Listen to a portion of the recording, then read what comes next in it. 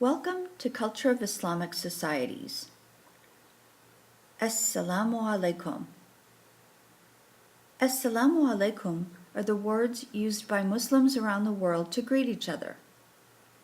Assalamu alaikum means peace be upon you. My name is Lara Al-Albani, and I'm the instructor for this class. I can be reached by email or by phone.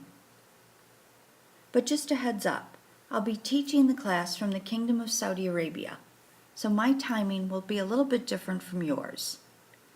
The best time to reach me is in the morning or very late at night. If you call, please make sure to leave a message so that I can get back with you. Bismillahir-Rahmanir-Rahim. All Muslims around the world begin everything they do with these words. It means in the name of Allah. We'll begin the class with an introduction to Islam. We'll talk about the beliefs and rituals, as well as the 5 pillars of Islam.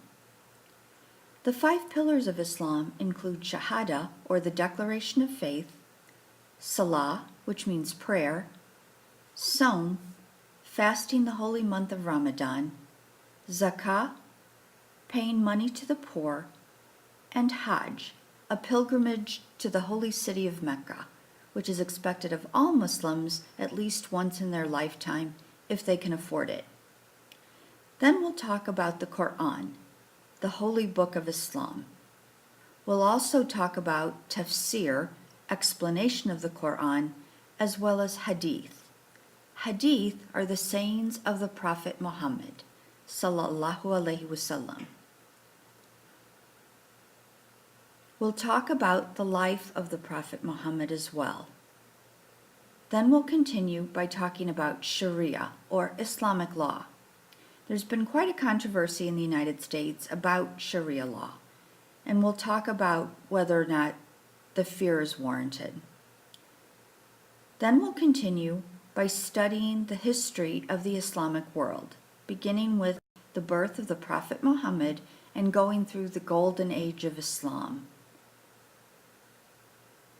We'll talk about Sufism or mysticism in Islam, and we'll talk about sects, the Sunni and the Shia, and how they differ from one another.